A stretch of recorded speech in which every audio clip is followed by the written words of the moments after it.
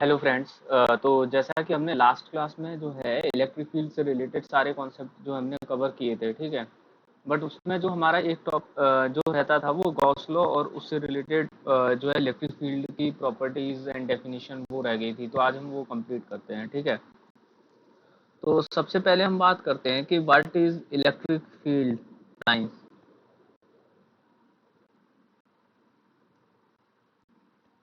ठीक है, तो जैसे कि हम जब कभी भी फोर्स लगाते हैं तो फोर्स किसी मीडियम के थ्रू लगता है, ठीक है। जैसे कि मान लो अगर मैं किसी बॉडी को पुश करूं या पुल करूं तो मैं अपने बाई हैंड करूंगा, ठीक है। तो अगर इलेक्ट्रिक फील्ड फोर्स लगा रही है तो वो इलेक्ट्रिक फील्ड फोर्स किस के थ्रू लगाएगी, ठीक है।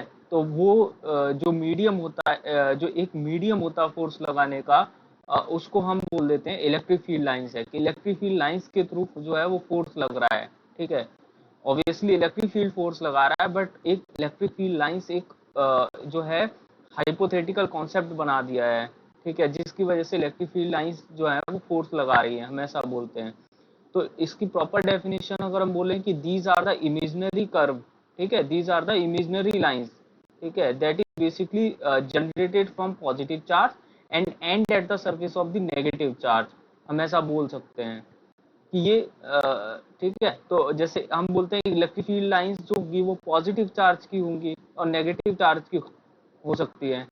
तो electric field lines positive charge से शुरू होती है और नेगेटिव चार्ज की जो सरफेस होती है उस पर जो होती है वो खत्म होती है, ठीक है। तो हम ऐसा बोल सकते हैं आराम से, ठीक है। अब दूसरी बात ये आती है कि हम इनको एक और वर्ड इसके लिए यूज करते हैं, हम इलेक्ट्रोस्टैटिक लाइन ऑफ फोर्स, ठीक है। तो हमने अभी जो फॉर्मूला पढ़ा था वो ये पढ़ा था कि F equals to Q E vector होता है, ठीक है।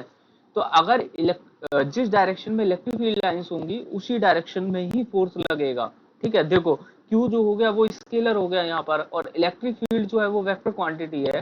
तो इलेक्ट्रिक फील्ड की डायरेक्शन में ही फोर्स की डायरेक्शन होगी, तो इसीलिए इसको हम डायरेक्शन रिप्रेजेंटेशन के लिए भी यूज कर सकते हैं, ठीक है। तो इसीलिए इसको इलेक्ट्रोस्टैटिक लाइन ऑफ फोर्स भी बोल देते हैं,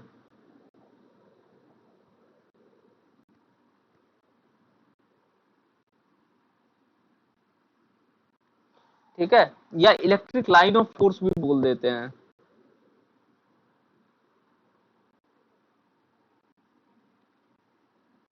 सबका मतलब एक ही है, ठीक है। अब जो दूसरा ये होता है कि if the tangent is drawn on the electric field lines then it represent electric field at that point, ठीक है। जैसे कि अगर मान लो कि कोई इलेक्ट्रिक फील्ड लाइंस कुछ इस तरह की है, ठीक है।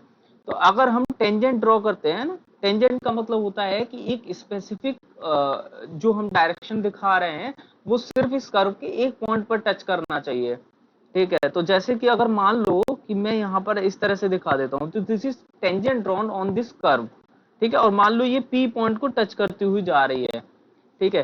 तो ये जो टेंजेंट है ये इलेक्ट्रिक फील्ड की डायरेक्शन को स्पेसिफाई करेगी पॉइंट पी पर। अगर हम बोलें कि पॉइंट पी पर इलेक्ट्रिक फील्ड की डायरेक्शन क्या होगी, तो इलेक्ट्रिक फील्ड की जो डायरेक्शन होगी पॉइंट पी पर, वो इलेक्ट्रिक फील्ड,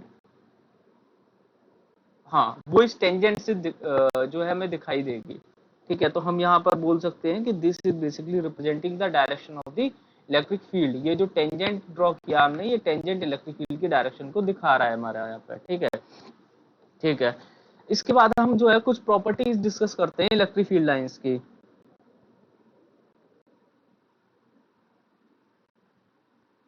सो हम बात करते हैं properties of electric field lines. क्या क्या होता है, जैसे कि जो इलेक्ट्रिक फील्ड लाइंस होती है इनमें कभी भी कोई भी सडन ब्रेक नहीं आता है, ठीक है। Electric field lines always form a continuous close curve, ठीक है, विदाउट एनी सडन ब्रेक, है ना। इलेक्ट्रिक फील्ड लाइंस में कभी भी कोई भी जो है सडन ब्रेक नहीं आता है, ये ऑलवेज कंटिन्यूअस लाइन फॉर्म करती है। तो मैं ऐसा लिख देता हूँ इसको कि दे फॉर्म कंटिन्यूअस लाइन,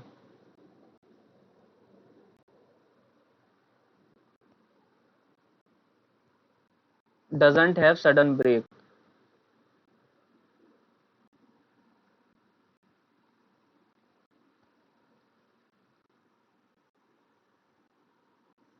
ठीक है। दूसरा हम बात ये कर सकते हैं कि जैसे एक तो हमारे पास ये हो गया, अच्छा, दूसरा एक प्रॉपर्टीज हमने डिस्कस कर ही ली है कि if the tangent is drawn to the electric field lines curve then it represent the direction of the electric field at that particular point. ठीक है, तो ये हमने कर लिया है। ठीक है, अब हम बात करते हैं कि टू इलेक्ट्रिक फील्ड लाइंस जो होती हैं ये नेवर इंटरसेक्ट ईच अदर। ठीक है, two electric field lines never intersect each other. तो मैं इसको लिख देता हूँ।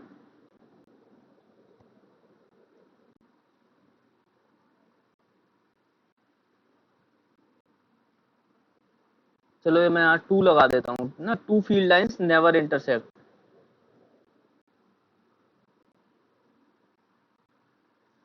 तो दो फील्ड लाइन जो होती हैं ये कभी भी आपस में इंटरसेक्ट नहीं करती हैं। ठीक है, उसका रीजन ये है कि सपोज करते हैं, हम मान लेते हैं कि हमने दो इलेक्ट्रिक फील्ड लाइंस को इंटरसेक्ट करा दिया, तो प्रॉब्लम क्या होगी देखो। अगर मान लो मैंने इस तरह से कोई भी दो इलेक्ट्रिक फील्ड लाइंस को इंटरसेक्ट करा दिया, अब इसी कॉमन पी पॉइंट पर आप दो टेंजेंट ड्रॉ कर सकते हो। एक तो ये इस सरफेस पर ये आ गई, और अगर इस सरफेस पर ड्रॉ करोगे तो कुछ इस तरह से आ जाएगी। तो इसका मतलब क्या हुआ कि एक ही पॉइंट पर एक वेक्टर क्वांटिटी दो डायरेक्शन शो कर रही है। ठीक है, जो ऐसा पॉसिबल नहीं होता है। ठीक है, कि एक कॉमन पॉइंट पर इलेक्ट्रिक फील्ड की दो डायरेक्शन हो जाए, तो ऐसा पॉसिबल नहीं होता है। ठीक है, इसीलिए इलेक्ट्रिक फील्ड लाइंस होती हैं ये कभी भी इंटरसेक्ट नहीं करती हैं, because if they intersect then they representing the two direction at a single point which is not possible, so this is impossible case.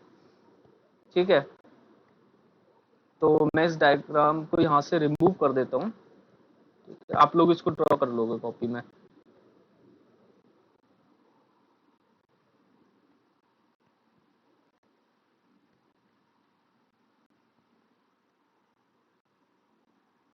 ठीक है, तो अब हम बात करते हैं इसके बाद जो है कि ठीक है, अब दूसरा एक और जो इलेक्ट्रिक फील्ड लाइंस होती हैं, ये electric field lines always perpendicular होती है on the surface of the conductor, है ना, ये हमेशा ध्यान रखना है। And this is very important form important property, क्योंकि इस प्रॉपर्टी को यूज करके हम जो इसके लिए डायमेंशन जो पर्टिकुलर चार्जेस के लिए इलेक्ट्रिक फील्ड लाइंस जो ड्रॉ करेंगे, वो उसमें इस प्रॉपर्टी का बहुत ज्यादा यूज है कि किसी कंडक्टिंग सरफेस पर अगर हम चार्ज का पैटर्न दिखाना चाह रहे हैं, इलेक्ट्रिक फील्ड लाइंस का पैटर्न दिखाना चाह रहे हैं, तो उसके लिए प्रॉपर्टीज बहुत इंपॉर्टेंट है। तो electric field lines always perpendicular on the surface of the conductor.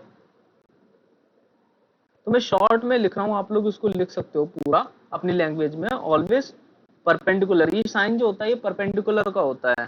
ठीक है, मैं पूरा लिख देता हूँ।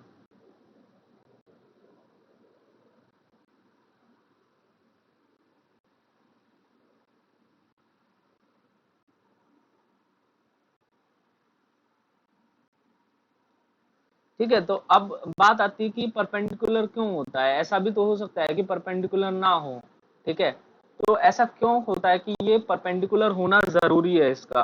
ठीक है, तो हम इसको डिस्कस करते हैं। तो इसका इलस्ट्रेशन इस तरह से दिया जाता है कि अगर हमारे पास मान लो कोई कंडक्टर है। ठीक है, ठीक है, तो अगर कंडक्टर पे हम ऐसा मान लेते हैं कि हमारा जो इलेक्ट्रिक फील्ड लाइंस है वो परपेंडिकुलर ना हो के किसी भी एंगल पर है। ठीक है, तो हम ऐसा मान लेते हैं कि मान लो कि ये किसी भी एंगल पर आ रही है इलेक्ट्रिक फील्ड लाइंस, ये इलेक्ट्रिक फील्ड लाइंस है, तो इसको मैं ई वेक्टर रिप्रेजेंट कर देता हूँ, और ये थीटा डिग्री का एंगल बना रही है इस कंडक्टर के साथ में। ठीक है, तो ऑब्वियसली इसके दो कंपोनेंट हो जाएंगे, है ना। Any vector in this world can be resolve into horizontal and vertical component. इस इलेक्ट्रिक फील्ड को हमने दो कंपोनेंट में डिवाइड कर दिया। तो एक ये हो जाएगा, इसको हम बोलेंगे E cos theta, and this will be your E sine theta. ठीक है, अब ई साइन थीटा तो बैलेंस हो जाएगा, बिकॉज अगर ये हम यहाँ पर किसी इलेक्ट्रॉन के रेस्पेक्ट में बात कर रहे हैं, तो इलेक्ट्रॉन सरफेस से बाहर तो आ नहीं सकता ना। ये जो ई साइन थीटा है, इस की वजह से क्या करेगा कि ये जो इलेक्ट्रॉन है ये इस पर एक अपवर्ड फोर्स लगेगा। तो अपवर्ड फोर्स तो सरफेस के नॉर्मल से बैलेंस हो जाएगा, तो क्योंकि ये चार्ज पार्टिकल सरफेस के बाहर नहीं आ सकता है ना, इधर फोर्स लगेगा। ठीक है, इधर जाएगा अगर इलेक्ट्रॉन, तो ये नॉर्मल से फोर्स लगेगा, तो ये नीचे आ जाएगा।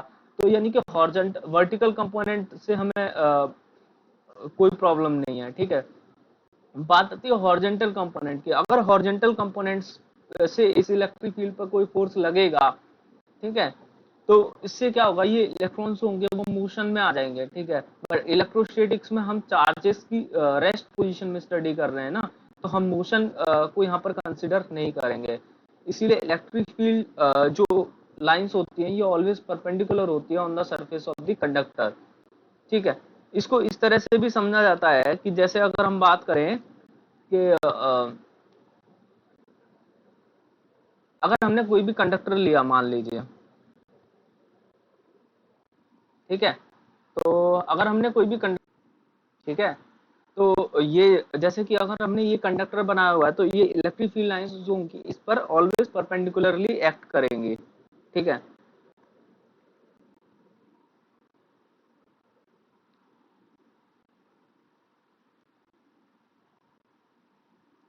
ठीक है। अब दूसरा इसमें पता है क्या है कि अगर ई कॉस थीटा की वजह से एक सरफेस करंट भी डेवलप हो सकता है, ठीक है, बट हम चार्जेस की इक्विलिब्रियम में स्टडी कर रहे हैं ना, रेस्ट पोजीशन में, तो चार्जेस के मोशन को कंसिडर नहीं करेंगे, इसलिए ई कॉस थीटा का यहाँ पर कोई भी यूज नहीं होगा। जब ई कॉस थीटा को आप जीरो कर दोगे, अगर ये वाला कंपोनेंट अगर जीरो होना चाहिए तो थीटा कितना होना चाहिए, 90 डिग्री होना चाहिए ना, 90 डिग्री।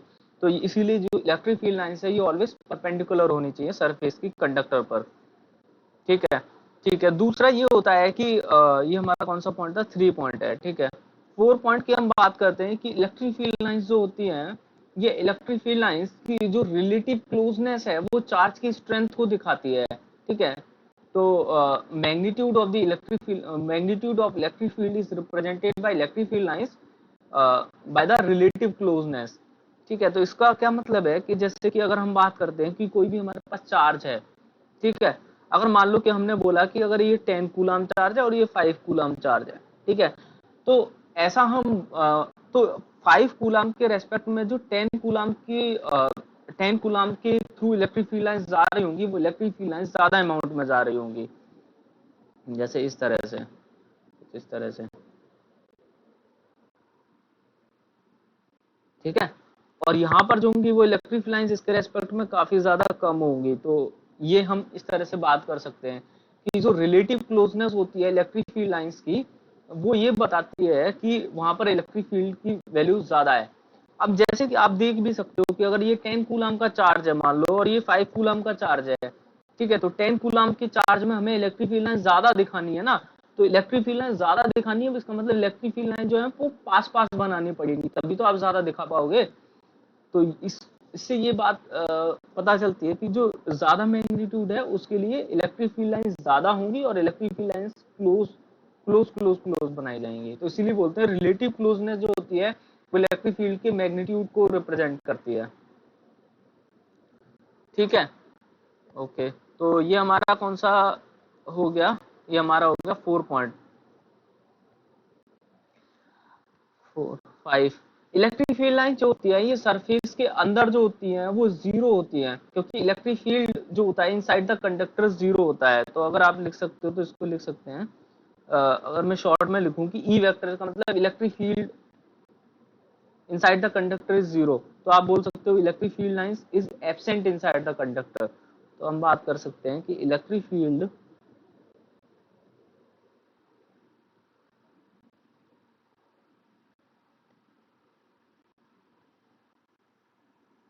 तो हमने शुरुआत में ही बात करी थी कि अगर इलेक्ट्रिक फील्ड को रिप्रेजेंट करना है तो इलेक्ट्रिक फील्ड लाइंस का यूज करेंगे। तो अगर हम बात कर रहे हैं कि भाई अंदर इलेक्ट्रिक फील्ड ही नहीं है तो इलेक्ट्रिक फील्ड का लाइन को रिप्रेजेंट करने के लिए इलेक्ट्रिक फील्ड लाइंस का यूज क्यों करेंगे हम।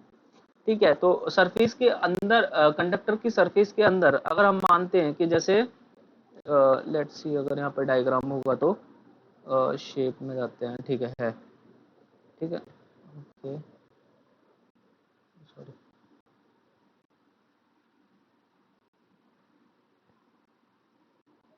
ठीक है, तो अगर हम मानते हैं कि ये हमारे पास एक जो है कंडक्टिंग सरफेस है, ठीक है, तो आपको पता है कि कंडक्टर में अगर आप अंदर जैसे चार्जेस दोगे तो ये चार्जेस जो होते हैं ये सरफेस के बाहर आ जाते हैं, सरफेस पर आ जाते हैं। इसको हम बाद में डिस्कस करेंगे कि क्यों ऐसा होता है। ठीक है, तो ये जो चार्जेस हम दे रहे हैं ये चार्जेस होते हैं सरफेस के बाहर आ जाते हैं। तो किसी भी कंडक्टर पे जो चार्जेस होते हैं वो सरफेस के बाहर आ जाते हैं, सरफेस पर। तो अगर सभी के सभी चार्जेस यहाँ पर हैं, ये यूनिफॉर्म चार्ज डिस्ट्रीब्यूशन है और ये कंडक्टिंग स्फीयर आप माने ये 3D सरफेस है, ठीक है, तो अगर चार्जेस इसके अंदर प्रेजेंट ही नहीं है कंडक्टर के अंदर तो इलेक्ट्रिक फील्ड लाइंस नहीं होगी। तो ये बोलते हैं electric field lines inside the conductor is zero, that's why electric field lines is absent inside the conducting surface. ठीक है, तो लेट मी चेक कि अगर आपका कुछ रह तो नहीं गया होगा। वैसे ऑलमोस्ट आपके सभी की सभी प्रॉपर्टीज डिस्कस की जा चुकी हैं। एक दो प्रॉपर्टीज जो आपकी रहेंगी वो हम बाद में डिस्कस कर लेंगे, ठीक है। तो अब हम बात करते हैं कि कुछ स्पेसिफिकली चार्ज पैटर्न का, कि इलेक्ट्रिक फील्ड लाइंस जो अगर हम बनाते हैं वो चार्ज जिसकी वजह से कैसे दिखाएंगे, ठीक है। तो सबसे पहले हम देखते हैं कि अगर मान लो कि हमारे पास पॉजिटिव चार्ज है, सिंपल।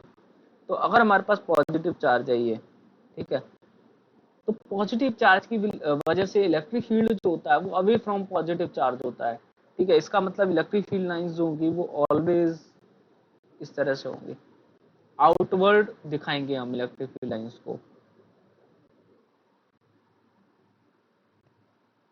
कुछ इस तरह से, ठीक है। अगर हमारे पास नेगेटिव चार्जेस हैं, नेगेटिव चार्ज हैं, तो इलेक्ट्रिक फील्ड लाइंस को टुवार्ड द सरफेस दिखाएंगे,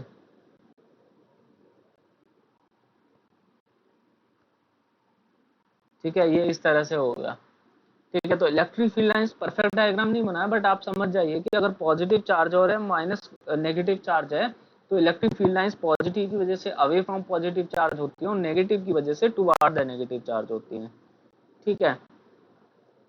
इसके बाद हम देखते हैं कि electric field lines of two equal and opposite charges, ठीक है। तो आप लिख सकते हो कि इलेक्ट्रिक फील्ड लाइंस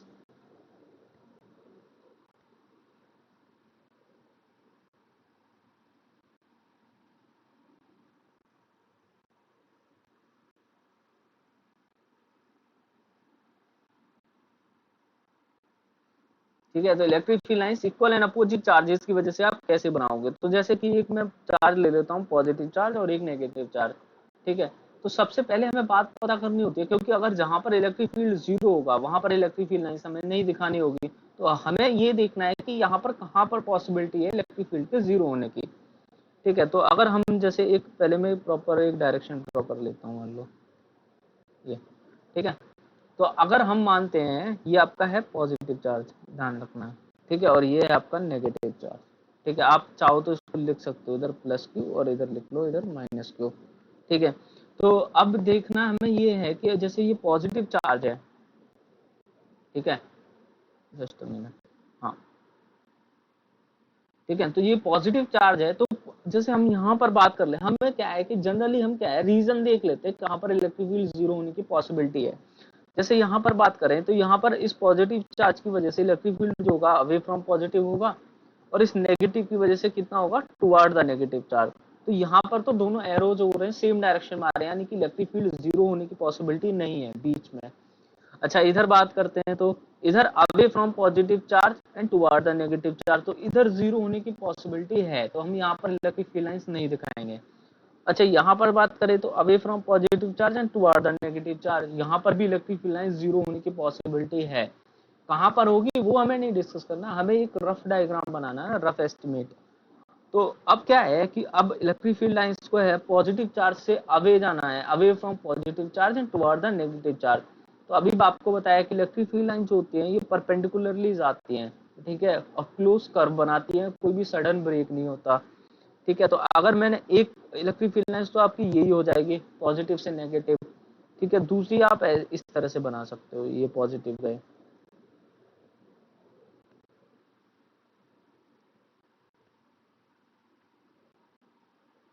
ठीक है, ये इस तरह से आपकी इलेक्ट्रिक फील्ड लाइंस जाएंगी, ठीक है। दूसरा, इस पॉजिटिव के लिए आप कैसे बनाओगे, इस पॉजिटिव से भी आप दिखा दोगे कि इलेक्ट्रिक फील्ड लाइंस नेगेटिव पे जा रही हैं, ऐसे बहुत सारी लाइन बना सकते हो ना। तो ऐसे आप हर डायरेक्शन में दिखा सकते हो, ऐसे इस तरह से, ठीक है। इस तरह से आप नीचे भी दिखा सकते हो, ये घूम करके वापस नेगेटिव पर ही आएंगे, ये ध्यान रखना है। बाकी इधर आप नहीं दिखाओगे कोई भी इलेक्ट्रिक फील्ड लाइंस, क्योंकि इधर आपका इलेक्ट्रिक फील्ड जो है वो जीरो है, ठीक है। इधर अवे फ्रॉम पॉजिटिव दिखा सकते हो पॉजिटिव चार्ज की वजह से, ठीक है। इधर नेगेटिव चार्ज में इलेक्ट्रिक फील्ड लाइंस आती हुई, इधर जो पॉजिटिव चार्जेस की वजह से इलेक्ट्रिक फील्ड लाइन, जैसे मैं अगर डॉटेड डॉटेड करके दिखाता हूँ, आपको हल्का हल्का डॉट दिख रहा होगा, तो ये आनी तो इधर ही है ना। तो ये आनी अगर इधर है तो ये फिर इस तरह से आप बनाओगे,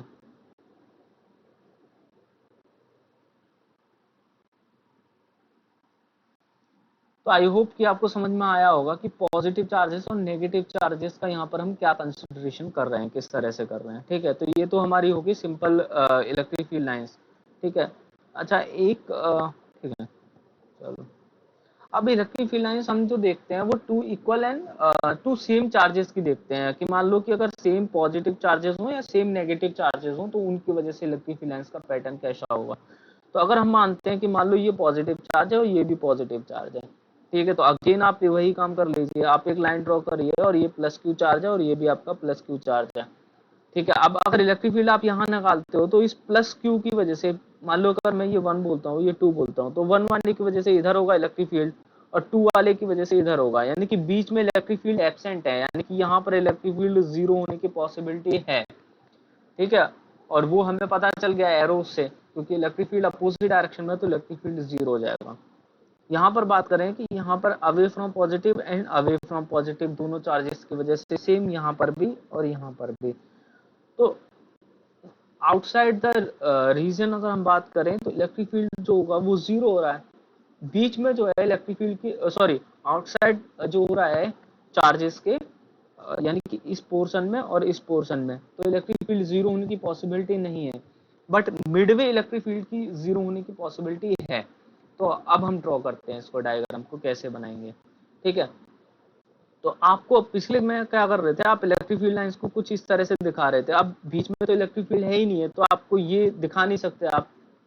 ठीक है, ये दिखा नहीं सकते बीच में इलेक्ट्रिक फील्ड, तो अब सडन ब्रेक आ जाएगा तो फिर आप ये पूरा ड्रॉ नहीं करोगे। ठीक है, तो अब इलेक्ट्रिक फील्ड को सिर्फ आप यहाँ पे क्या करोगे, सिर्फ पॉजिटिव और पॉजिटिव की वजह से दिखा दोगे। तो पॉजिटिव चार्जेस की वजह से इलेक्ट्रिक फील्ड लाइंस कैसे जाएंगी, कुछ इस तरह से जाएंगे, अवे फ्रॉम पॉजिटिव। ये किसी दूसरे नेगेटिव चार्जेस की तरफ से जा रही होंगी, आप ऐसा समझ सकते हो। और सेम पॉजिटिव यहाँ पर भी है तो सेम पॉजिटिव आप ऐसे भी यहाँ पर भी बना दोगे।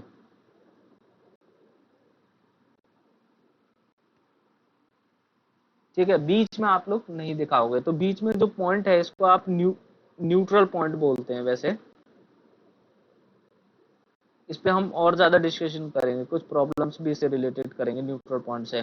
ठीक है, neutral point is the region where the electric field is zero, so the point at which the electric field is zero, this is said to be a neutral point. ठीक है, अब एक और हम देख लेते हैं कि अगर मान लो हमारे पास प्लेन कंडक्टिव शीट है पॉजिटिवली चार्ज की, तो उस पे कैसा होगा ना। तो हम देखते हैं field pattern,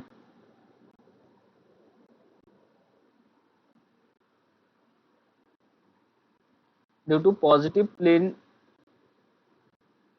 charge sheet, sheet कह लो या प्लेन कह लो, प्लेन है ना, प्लेन चार्ज कंडक्टर बोल लो।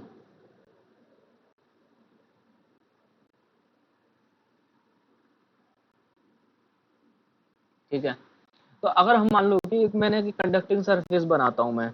ठीक है, तो अगर मान लो कि ये जस्ट मिनट, ये बना ये बना है इस तरह से। ठीक है, तो ये हमारे एक कंडक्टिंग सरफेस है और ये पॉजिटिवली चार्ज है, तो पॉजिटिवली चार्ज है अगर हमारे पास, तो अब ये कंडक्टर है ना, तो ये कंडक्टर को इस तरह से रखा हुआ मान लो। ठीक है, और ये पॉजिटिवली चार्ज है। ठीक है, दोनों ही सरफेस पर इस पर पॉजिटिव चार्ज है। ठीक है, तो अगर पॉजिटिव चार्ज है इसके ठीक है, तो आप इलेक्ट्रिक फील्ड लाइन जो होंगी वो आप पॉइंट चार्ज की तरह बनाओगे बिल्कुल, क्योंकि एक ही चार्ज है तो न्यूट्रल पॉइंट का कोई कॉन्सेप्ट नहीं आएगा। तो पॉजिटिव चार्ज की वजह से इलेक्ट्रिक फील्ड आप कुछ इस तरह से दिखा दोगे, सिंपल।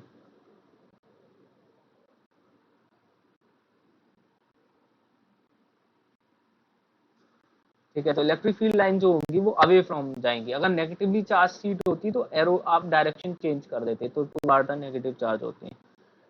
ठीक है, तो यहाँ पर हमारा इलेक्ट्रिक फील्ड लाइंस और इलेक्ट्रिक फील्ड लाइंस की प्रॉपर्टीज का जितना भी डिस्कशन था वो सब आपका खत्म हुआ। ठीक है, इसके बाद जो है हम देखते हैं कि इसके बाद जो है हमारे पास जो है गॉस लॉ है, और गॉस लॉ होने के बाद में जो आपका ये इलेक्ट्रिक फील्ड एंड चार्ज का जो भी चैप्टर था ये पूरा कंप्लीट हो जाएगा। इसके बाद हम पोटेंशियल से रिलेटेड बात करेंगे और पोटेंशियल से रिलेटेड ही न्यूमेरिकल वगैरह सॉल्व करेंगे।